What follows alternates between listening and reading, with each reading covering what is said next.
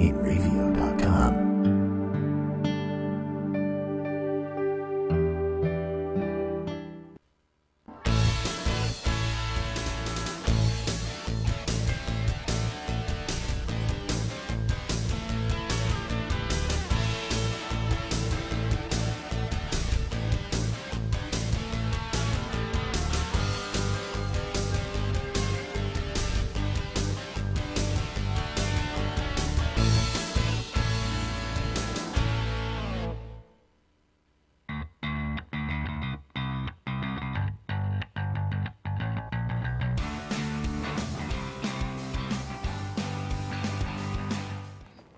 Hello again, everybody. This is Joe Larson. You're watching the 5 On Racing Show live from New York. Some good stuff to talk about. The championships wrapped up in the Monster Energy NASCAR Cup Series this weekend at Miami, as well as the Xfinity Series and the Camping World Truck Series. So we'll be talking about that tonight and how the final point standings laid out for that. We're also going to talk about Martin Truex's departure, or Front Row Motorsports' departure from the Monster Energy NASCAR Cup Series. We'll talk about our opinions as to the whys and the why nots. We'll also talk about some silly stuff that went on in Miami that affected one driver. And we're going to kind of talk about how that could happen. And I know how that could happen, but I'm not going to steal anybody's thunder. And we're also, believe it or not, we will be getting a call from a member of Team Penske, the winning team in the Monster Energy NASCAR Cup, to talk about what it's like and what they're feeling after taking down that championship. Well, first, we're going to go right to it, right to the Cup race at Miami Homestead Speedway in Florida. Already, Team Penske, Joey Logano, won that race, which solidified his championship and gave him a championship, his first championship in the Cup Series. Martin Truex Jr. was second, Kevin Harvick third, Kyle Busch fourth, Brad Keselowski fifth, Matt Kenseth sixth, Chase Elliott seventh, Clint Bowyer eighth, Eric Almirola ninth, and Kurt Busch rounding out the top 10. With that being said, the final standings in the Monster Energy NASCAR Cup Series. Of course, Joey Logano, the champion, the first championship for Joey Logano. Martin Truex was second in the points, just beaten out. In fact, his second place finish was just not enough to gather enough points. Basically, it was how you finished, it was how the championship went down. Kevin Harvick was third, Kyle Busch fourth, Eric Almirola fifth in points, Chase Elliott, solid run, sixth in points, a good run for him this season, Kurt Busch seventh, Brad Keselowski eighth, Kyle Larson ninth, and Ryan Blaney rounding out the top 10 in the final point series. Logano's championship gave Ford its first driver championship since 2004. And that's a long run for Ford without a championship. Logano's first year in the Cup Series was 2008. He ran 3 events, and he ended up 64th in the final point standings. Did not make a race. He withdrew from one and did not qualify in 2 others. His first full season was 2009. He ran 36 of the 36 races. He had 1 win, 3 top 5s, and 7 top 10s.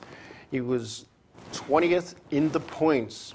He was 19 years old at the time, and he cracked the top 10 for the first time in points in 2013, and 8th in points later on. And in 2016, he was the runner-up, 2nd in points, so this is his first championship. And this is a guy that started his career in go-karts. And everybody, it seems, is starting in go-karts, legend cars, things of that nature. And when you see a guy from the Northeast, and I saw something in social media, a guy from the Northeast whose father was a garbage man is now the Monster Energy NASCAR Cup Series champion. And when you think about that, you work hard, you persevere, You do what you have to do, you sacrifice, and you go on and keep chasing that dream. You end up in a championship position and with a championship. It's not an easy task to win a championship in any racing series, whether it's the weekly series, a touring series, or in the top 3 here, and to win that. And even with this playoff format, which we all know I'm not a big fan of, he was able to put it off. I mean, think of the pressure. There's 4 drivers go into the final race, and basically you have to beat those 4, because the other 39 or the other 35 drivers don't matter as long as you finish ahead of the guys that are 4th. Well, what Joey Logano did is he left no doubt. He won the race. You can't be better than 1st. And he's the championship. He's got it. Good for Joey. Congratulations to Joey Logano, Team Penske, and the entire race team down in Mooresville, North Carolina. We're going to take a quick break. We'll be right back, and we're going to go over the Xfinity Series and the Camping World Truck Series when we come back.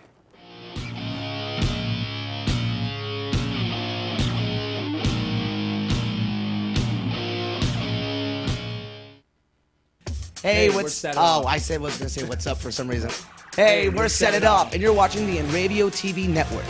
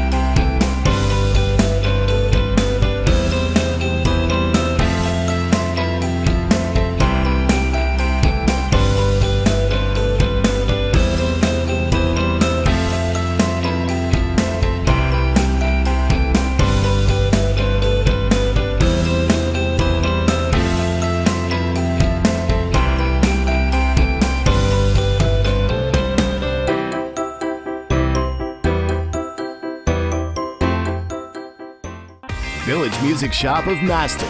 1-800-HEY-DUDE, your full-service store with personalized attention, school band instrument rentals and sales, music instruction on all instruments for all styles and age groups, for guitars, drums, amplifiers, PA systems, and accessories. It's Village Music Shop, 1495 Montauk Highway in Mastic. Call 1-800-HEY-DUDE or go to villagemusicshop.com.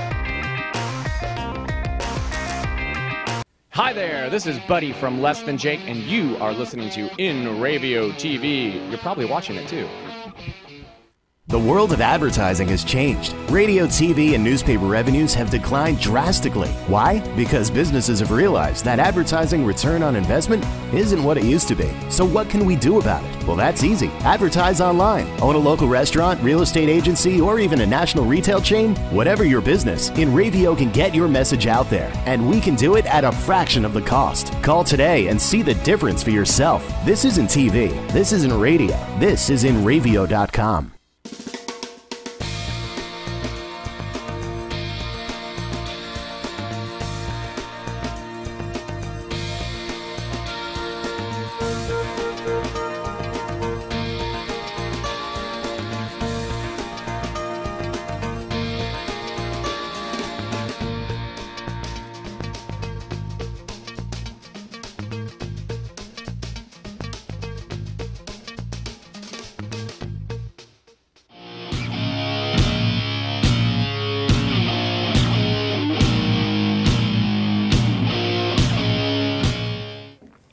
Hey, welcome back. Welcome back. Sorry for the scratchiness before we got that fixed.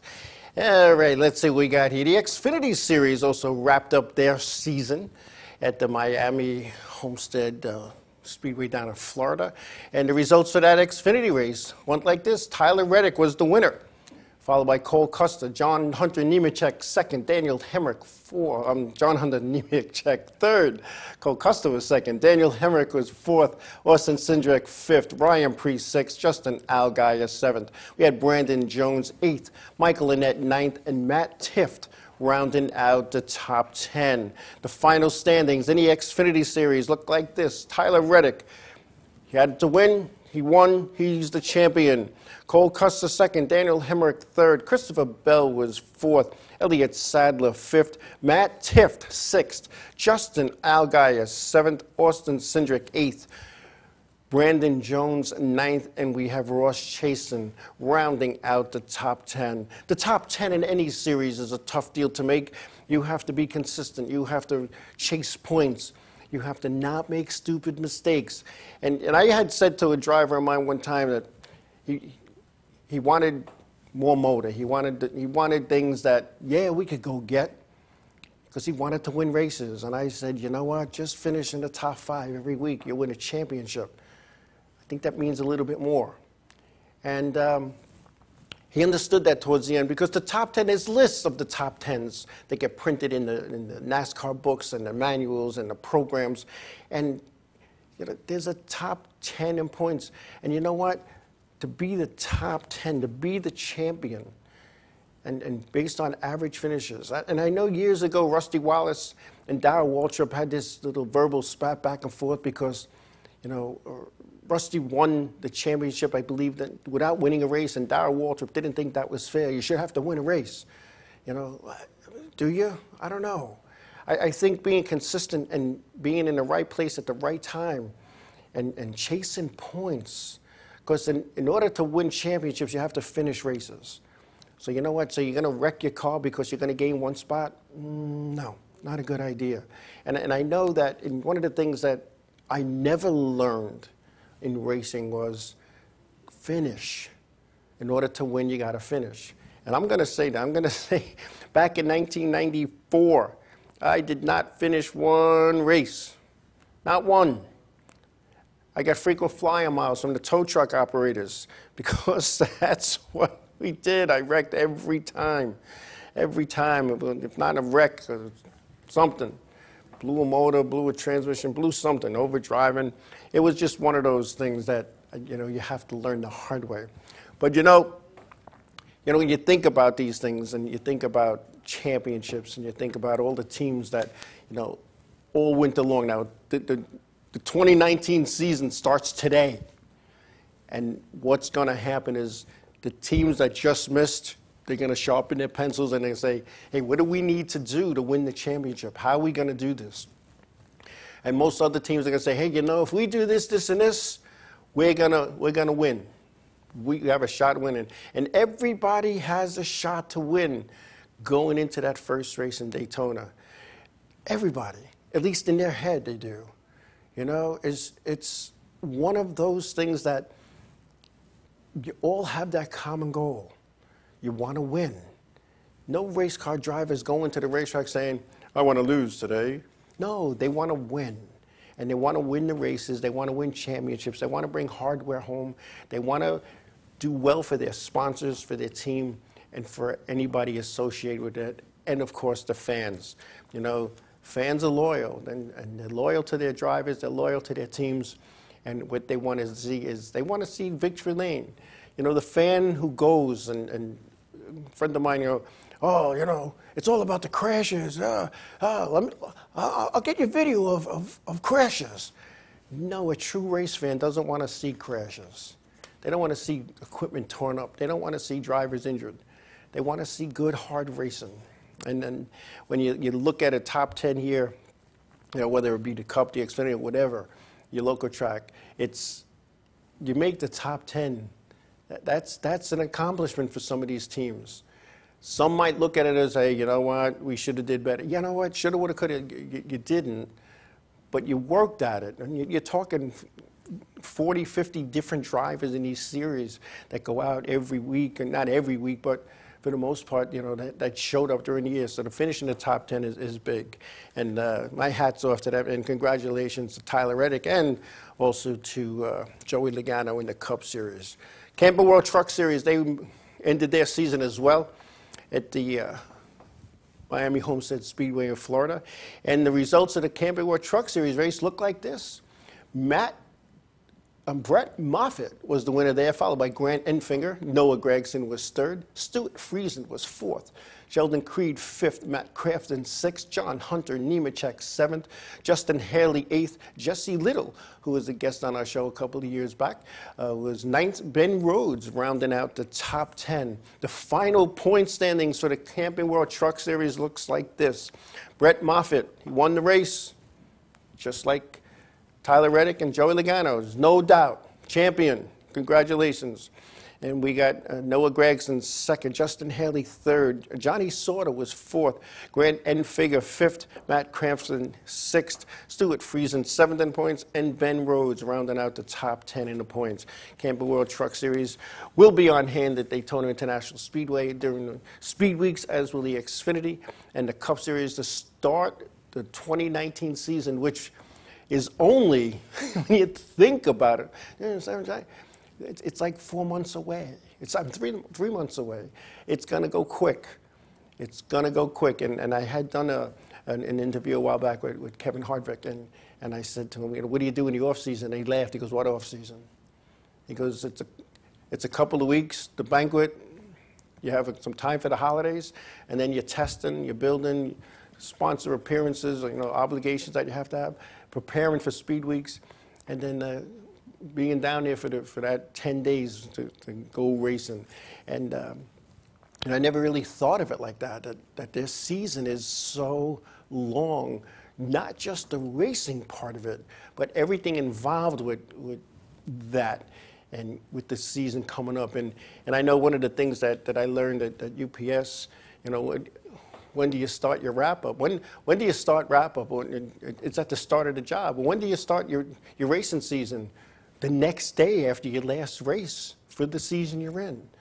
You know, you start looking at what we could do better, what went right, what went wrong, maybe some personnel changes, maybe moving some people around, maybe even building new cars. And that's not a maybe, you know, because rules come out, rules change, and you have to do those things. You have to prepare for the season. How many cars you're going to build? What are we doing for motors?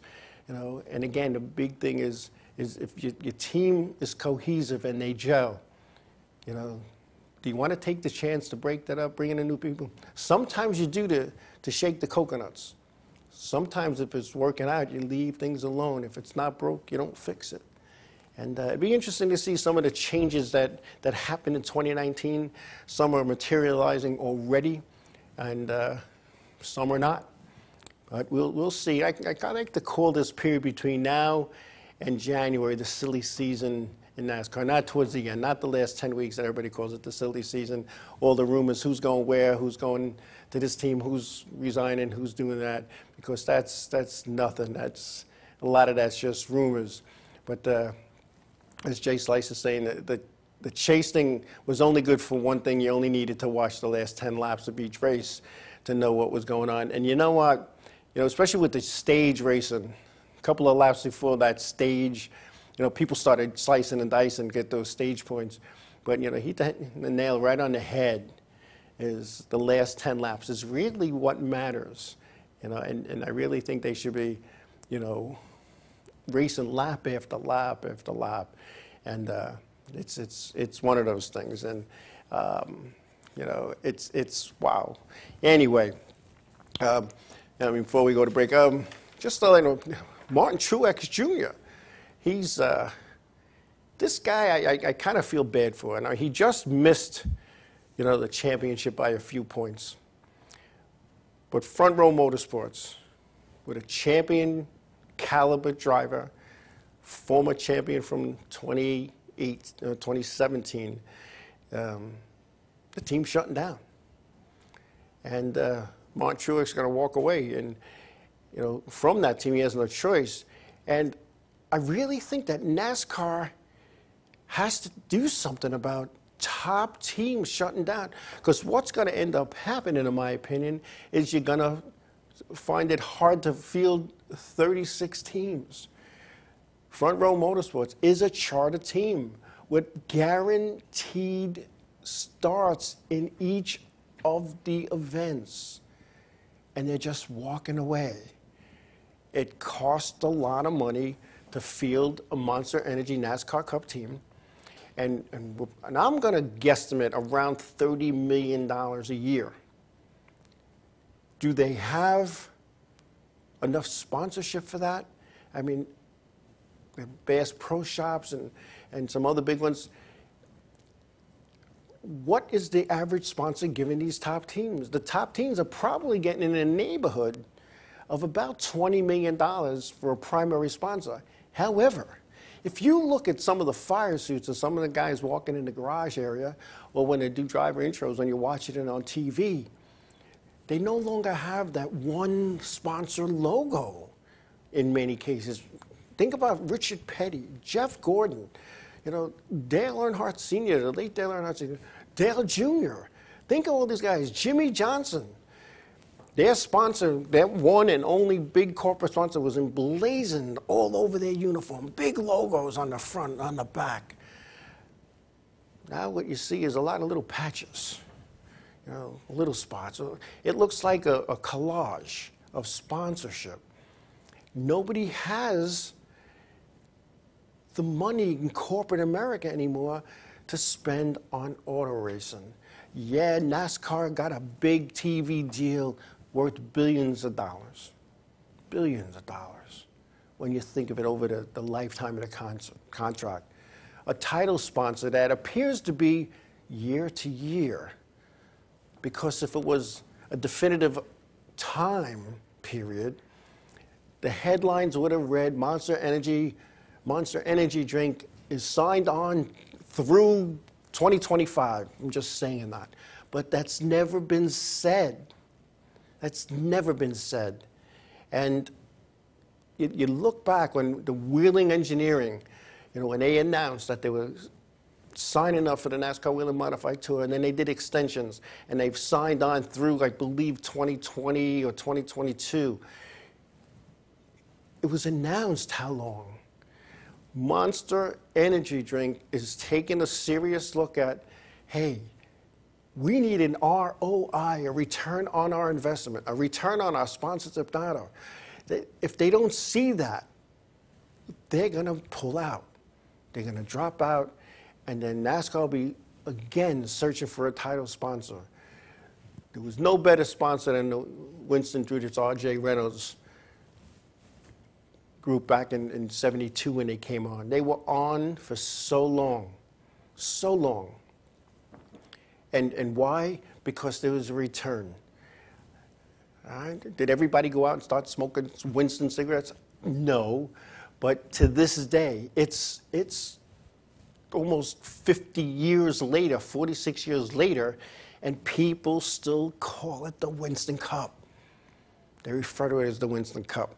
So it's kind of a shame that Martin Truex, a champion caliber driver, has to walk away from a championship team, which, and I watching the chat room scrolling through, that's a team that's lost. That's not a team that's going to be replaced. It doesn't appear that they're selling everything to somebody else. It looks like they're going to have a yard sale or a garage sale and get rid of their equipment to recoup some of their money. Nobody's coming in writing a big check to buy all their assets. Nobody's coming in writing a big check to take over the building. They're done. They're done. And, you know, a lot of these sponsors are pulling out, and for whatever reason. Anyway, we're going to take a break, and we come back. We'll be talking some more good stuff. And we're waiting our call from our good friend down at Team Penske, the champions of 2018 in the Monster Energy NASCAR Cup, when we come back.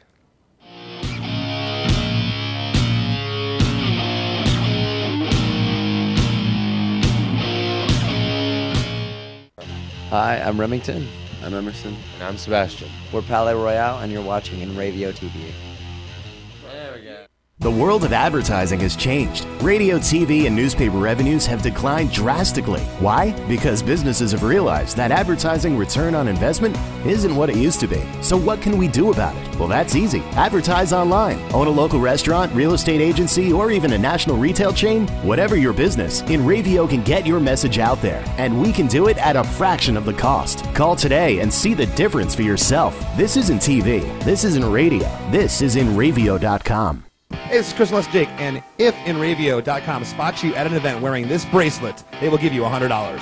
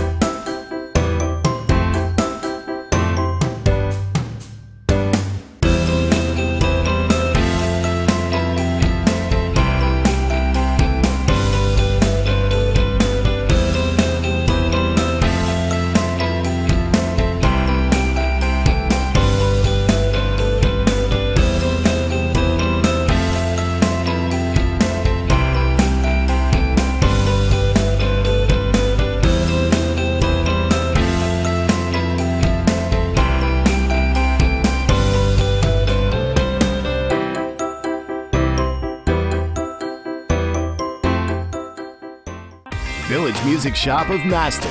1-800-HEY-DUDE, your full-service store with personalized attention, school band instrument rentals and sales, music instruction on all instruments for all styles and age groups, for guitars, drums, amplifiers, PA systems, and accessories. It's Village Music Shop, 1495 Montauk Highway in Mastic. Call 1-800-HEY-DUDE or go to villagemusicshop.com. Hi, this is Mike Jarecki from My Race News, and you're watching the InRavio TV network.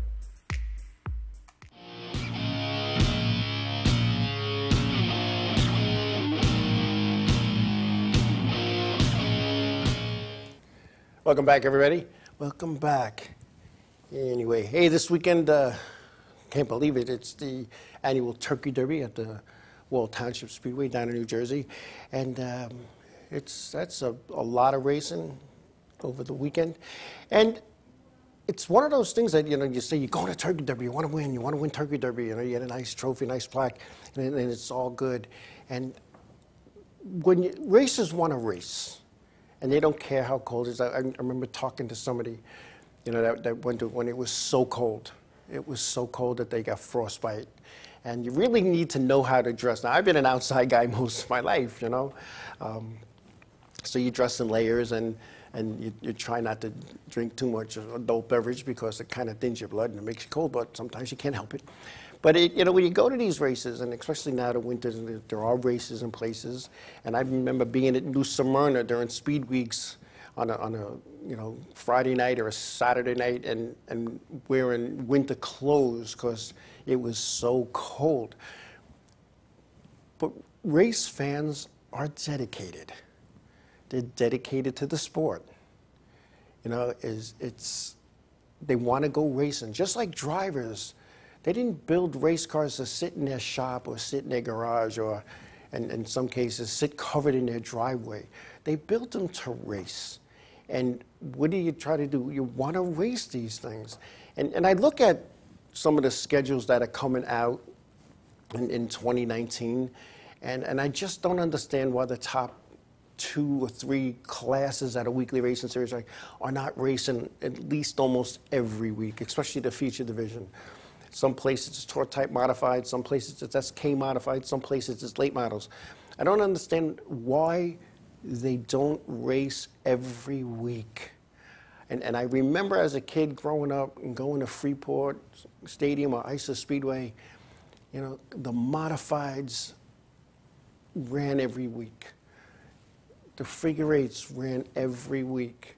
At Freeport, the late models ran every week, and their modifieds ran every week. You didn't have to look at a schedule and say, oh, well, let me see. Not only did they not race last week, they're not racing this week either. And I don't understand that.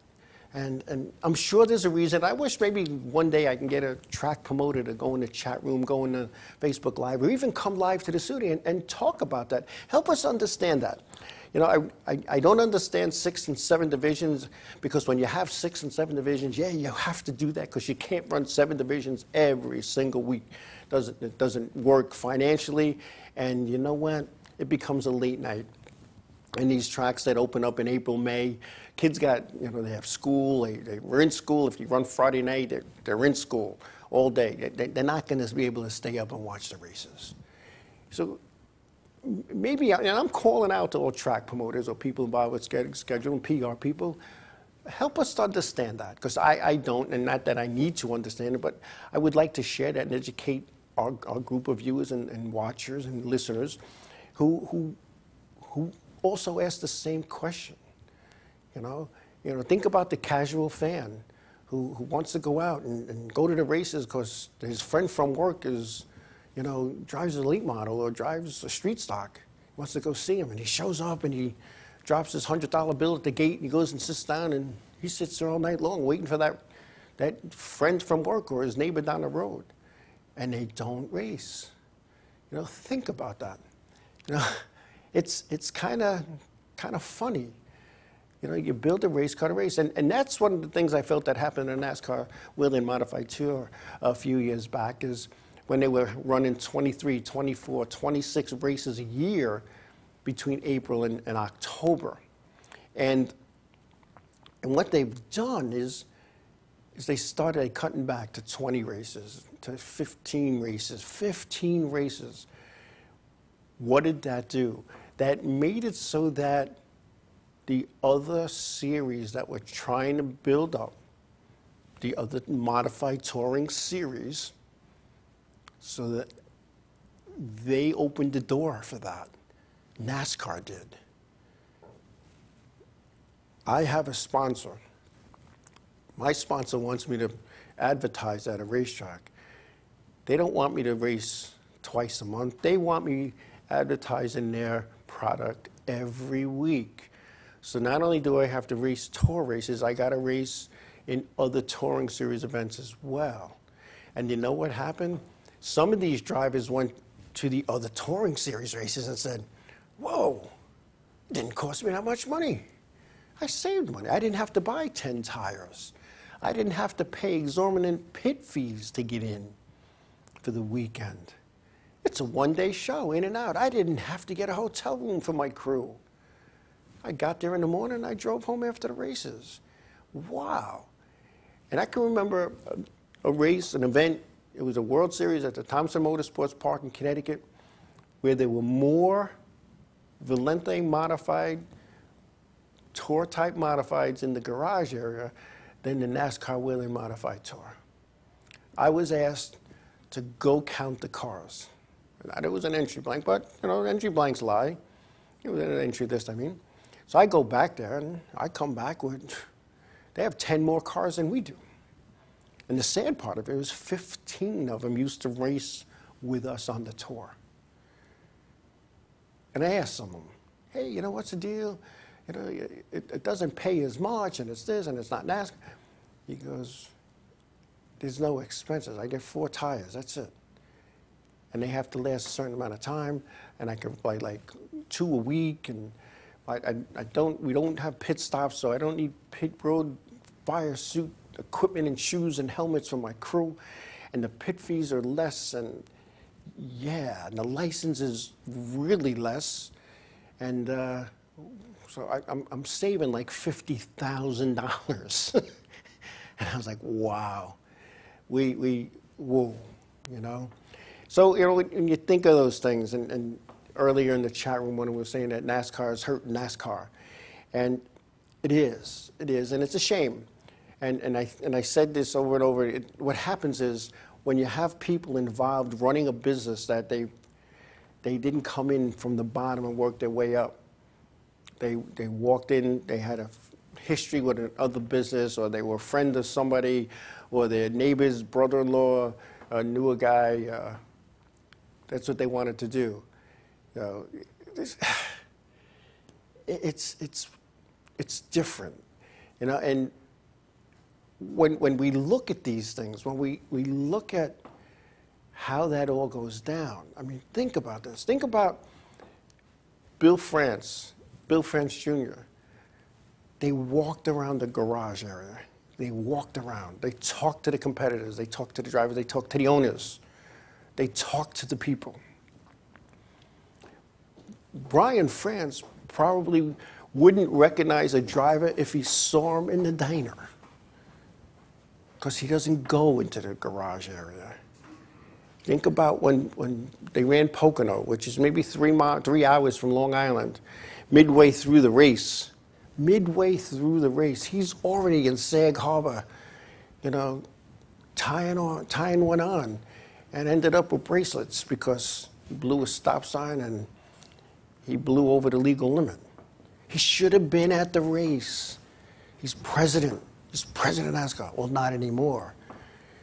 And his replacement, not doing much better. See, you're going to run a corporation such as NASCAR, a $1 billion corporation. You need to be able to know your people. You need to be able to intermingle with the teams, whether it's the team owner, the driver, the crew chief, the spotter, the catch can guy, the jackman. You need to know these people. And those people shouldn't be afraid to go up to you and say, hey, how's it going? Hey, you know, I have an idea for you. And you need to listen to them. You need to listen to them. Because if you don't, well, wow. Because that's what hurts. That's what hurts the sport. And that's what we cannot have. It is not. We can't have that. We just can't. Anyway, we're going to take a break. And when we come back, I'm going to talk about something that appeared, I guess, last week, and that everybody was talking about it. And then we will be waiting that call as well when we come back.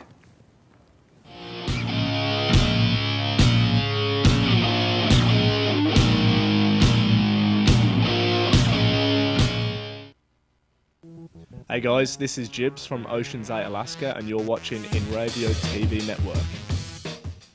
Village Music Shop of Mastic. 1-800-HEY-DUDE. Your full-service store with personalized attention, school band instrument rentals and sales, music instruction on all instruments for all styles and age groups, for guitars, drums, amplifiers, PA systems, and accessories. It's Village Music Shop, 1495 Montauk Highway in Mastic. Call 1-800-HEY-DUDE or go to villagemusicshop.com. Hey, I'm Raul Panther. And I'm Commander B. Hawkins. And I'm Mark Well. We're some of the Proto Men. If we see you without this bracelet, you're punching the But if you have this bracelet from InRavio.com, you can win $100. Put one of these on, or else.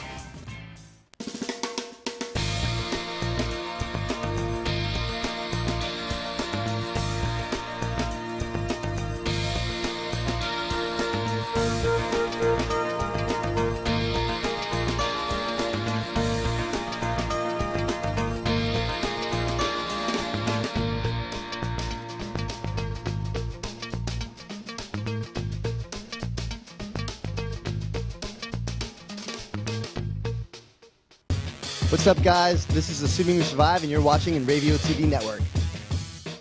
The world of advertising has changed. Radio, TV, and newspaper revenues have declined drastically. Why? Because businesses have realized that advertising return on investment isn't what it used to be. So what can we do about it? Well, that's easy. Advertise online. Own a local restaurant, real estate agency, or even a national retail chain? Whatever your business, InRavio can get your message out there, and we can do it at a fraction of the cost. Call today and see the difference for yourself. This isn't TV. This isn't radio. This is InRavio.com.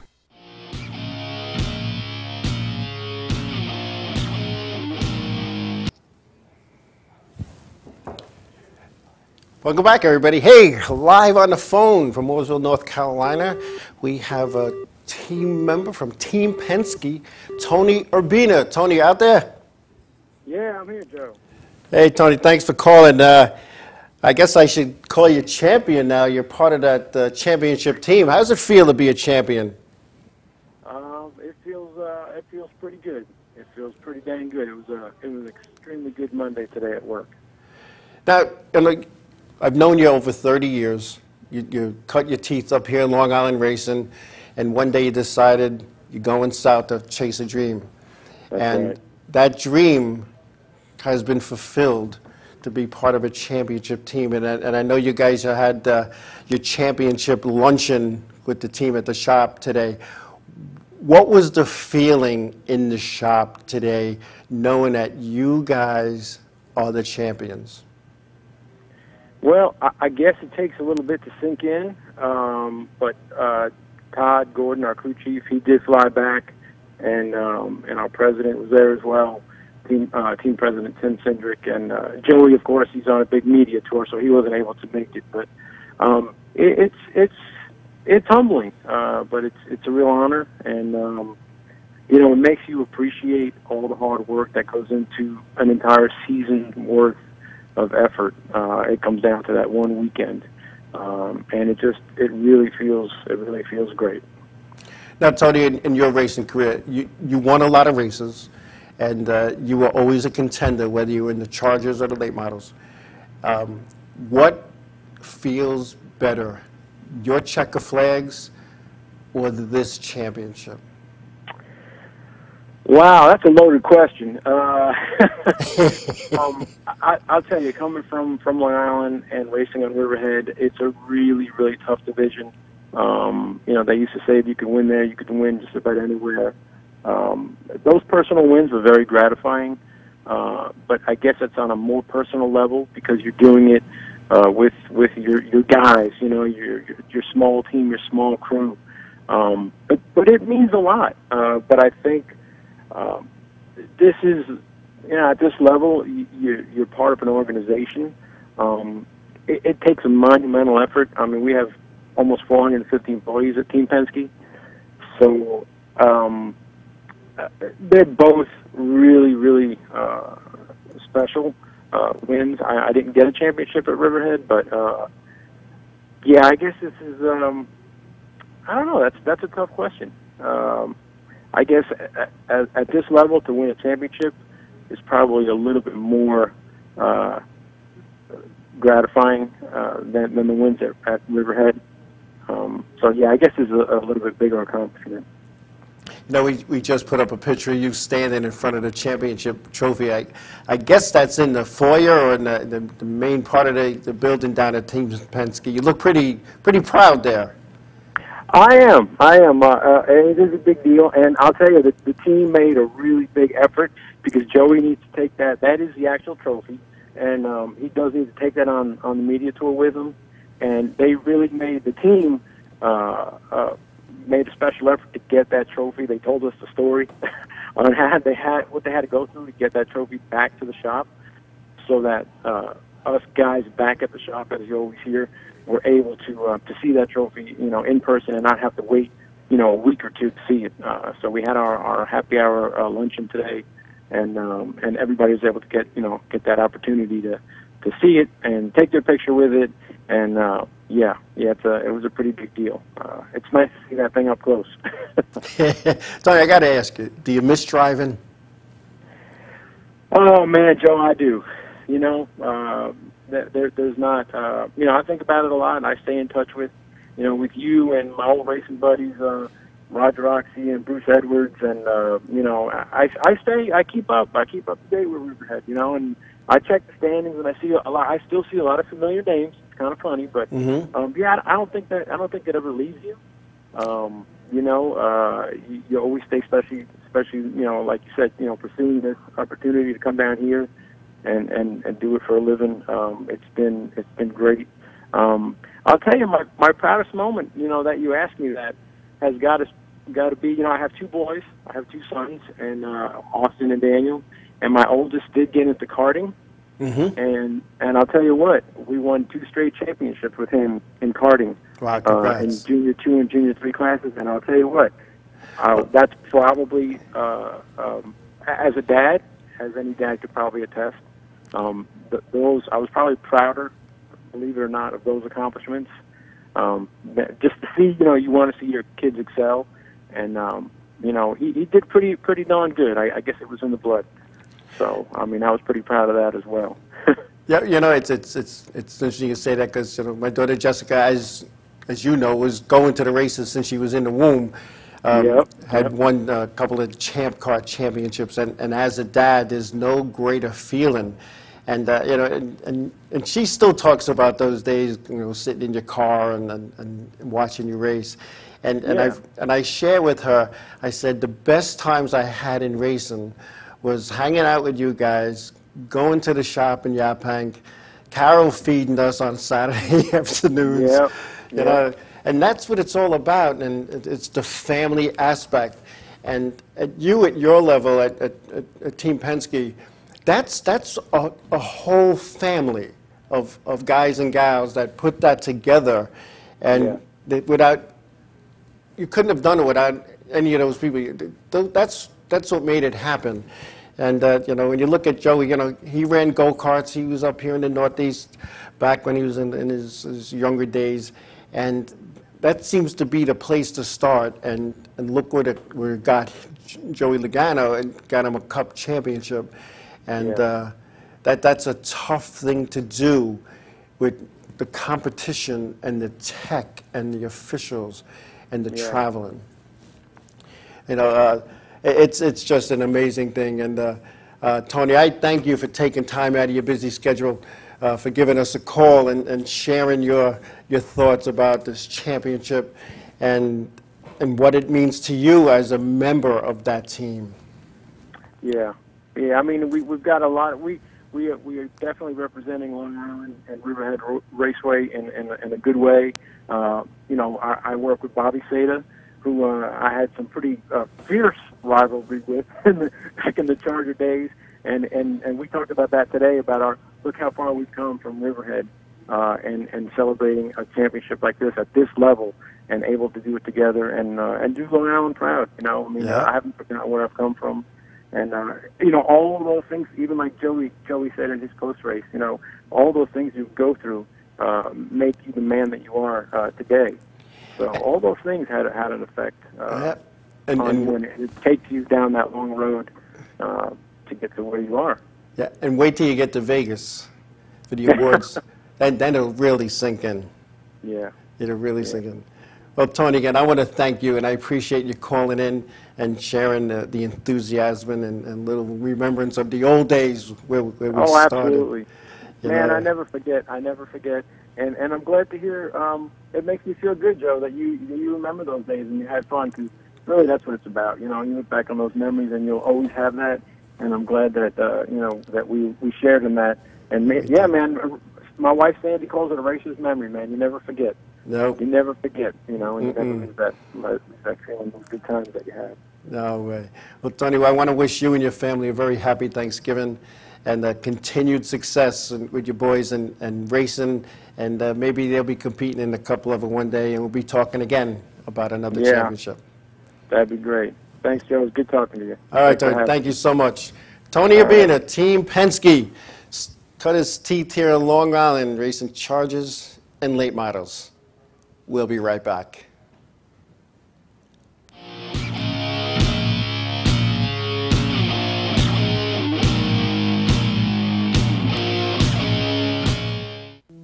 Hey guys, this is Jibs from Ocean's 8 Alaska, and you're watching In Radio TV Network. Village Music Shop of Mastic. 1-800-HEY-DUDE. Your full-service store with personalized attention, school band instrument rentals and sales, music instruction on all instruments for all styles and age groups, for guitars, drums, amplifiers, PA systems, and accessories. It's Village Music Shop, 1495 Montauk Highway in Mastic. Call 1-800-HEY-DUDE or go to villagemusicshop.com. Hey, I'm Raul Panther. And I'm Commander B. Hawkins. And I'm Russ Weller. We're some of the Proto Men. If we see you without this bracelet, you're punching the But if you have this bracelet from InRadio.com, you can win $100. Put one of these on, or else.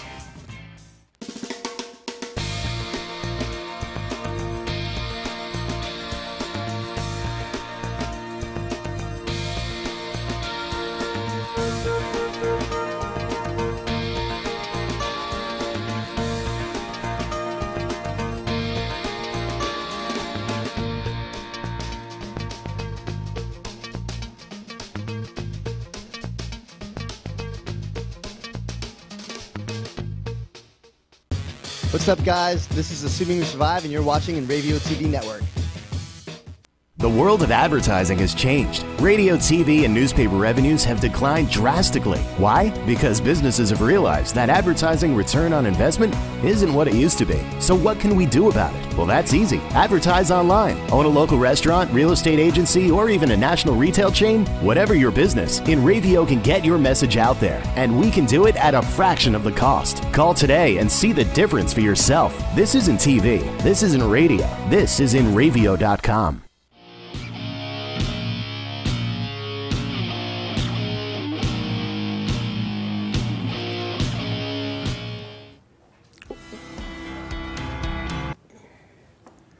Welcome back, everybody. Little glitch there. Sorry about that. Hey, last week a movie came out and premiered one day here on Long Island and a day here in other places. But The Last Race, directed by Michael Dweck. I want to talk about that movie real briefly. And I'm going to say this, and I'm not trying to be negative. I'm just talking. The movie, in my opinion, did not portray what racing, short track racing at your local racetrack is all about. In my opinion, it showed the fights, it showed the wrecks, it showed stuff that you didn't need to see. If it was to promote racing, it maybe went a different direction. I'm not questioning Michael Dweck. He's an experienced, successful person. He is an American visual artist and filmmaker, and he is best known for his narrative photography with his pictures with narrative. And I don't know what his goal was. My understanding back when they did this, the filming and interviewing for this, my understanding was it was going to be a documentary about blunderbuss racing. Blunderbuss racing, for those who don't know, is strictly a Long Island Riverhead Raceway class of race cars, 4,200 pounds. They're supposed to be very stock. They're not, but they're supposed to be. And the movie showed that, and it showed what these cars are and how they beat and bang and, you know, things of that nature. And by watching the trailer that was advertised in social media and on the internet, you probably saw the whole movie.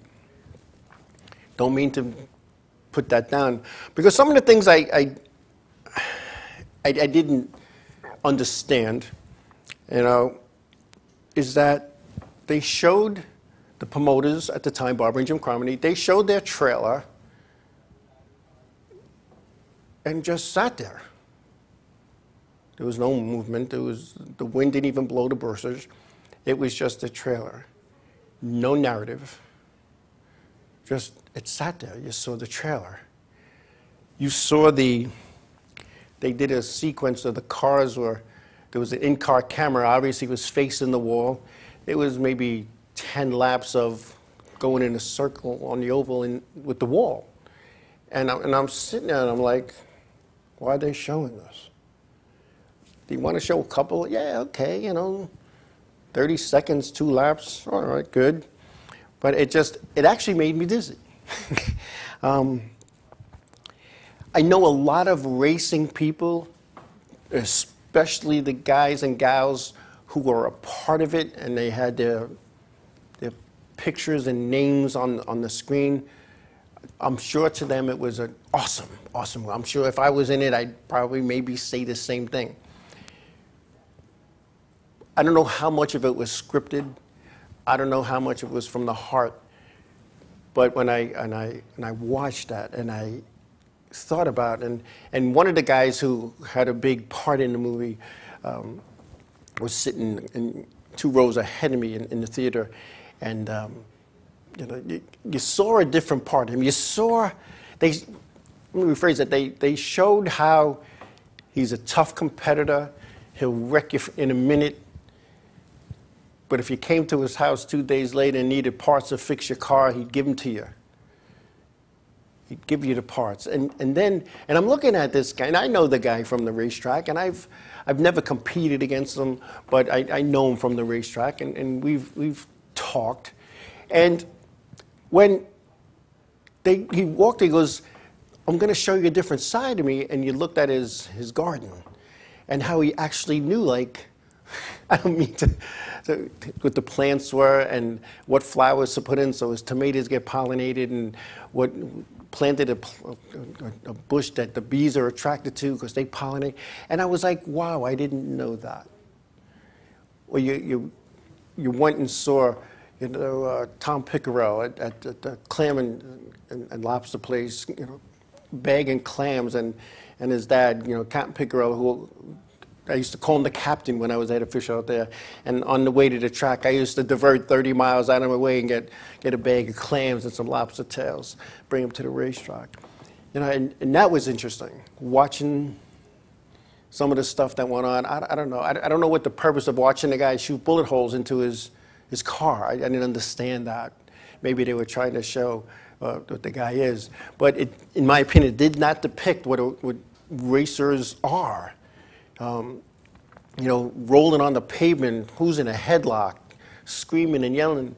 You know, it was almost like the Madhouse show that was on years ago from Bowman Gray Stadium. You know, were they trying to entice people? Oh, let's go see a fight. You know, some of the other things that did we need to watch owner and promoter Jim Cromedy try to open a shipping envelope for 45 seconds with his teeth? The guy's a multi-millionaire. I'm sure he had scissors like in the desk drawer. But there was no dialogue. He was just, you know, he had the envelope. He's like trying to bite it open. I didn't understand that. You know, how many scenes with Barbara and Jim Cromedy just cruising around on the golf cart. It didn't make sense to me. And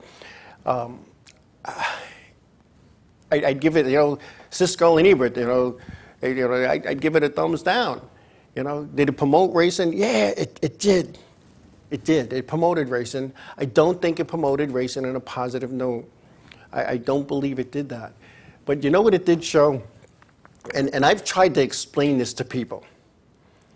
And when it comes to racing, now, look, I've never won races. And I'm not going to say I did. I'm not going to make up that I did. I never won a race at Riverhead or Ricer Speedway. I had a couple of seconds. I had a bunch of top fives.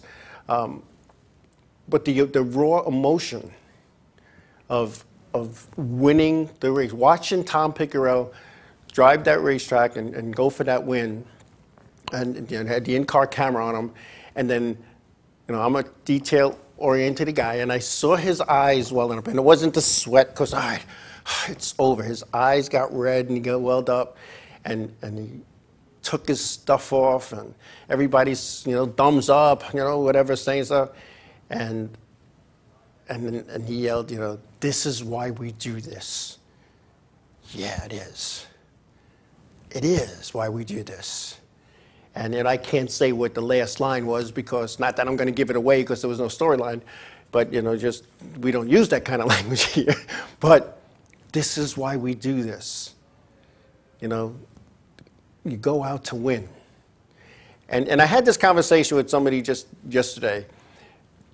A win is different for everybody. I'm going to explain that. You show up at the racetrack. Sometimes to that driver, a win is just getting on the racetrack. That's a win to that guy or gal.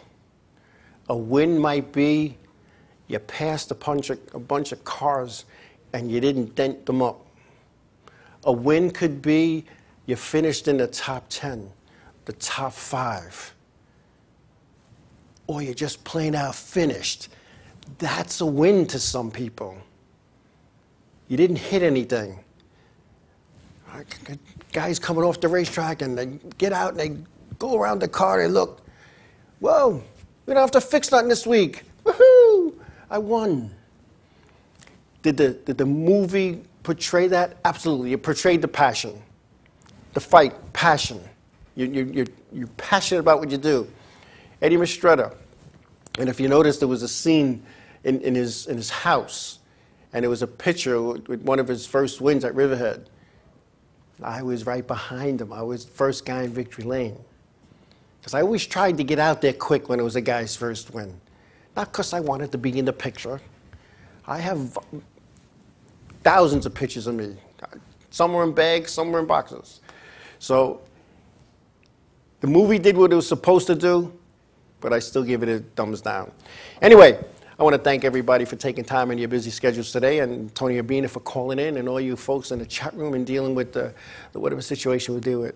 And I want to wish everybody a happy, healthy Thanksgiving. I want to say happy birthday to WJ in heaven. May he rest in peace. And wherever your endeavors take you this weekend to see family, please be careful. Please be safe. Give somebody a hug. Tell them you love them. God bless you all. And we will see you next week. Thanks, everybody.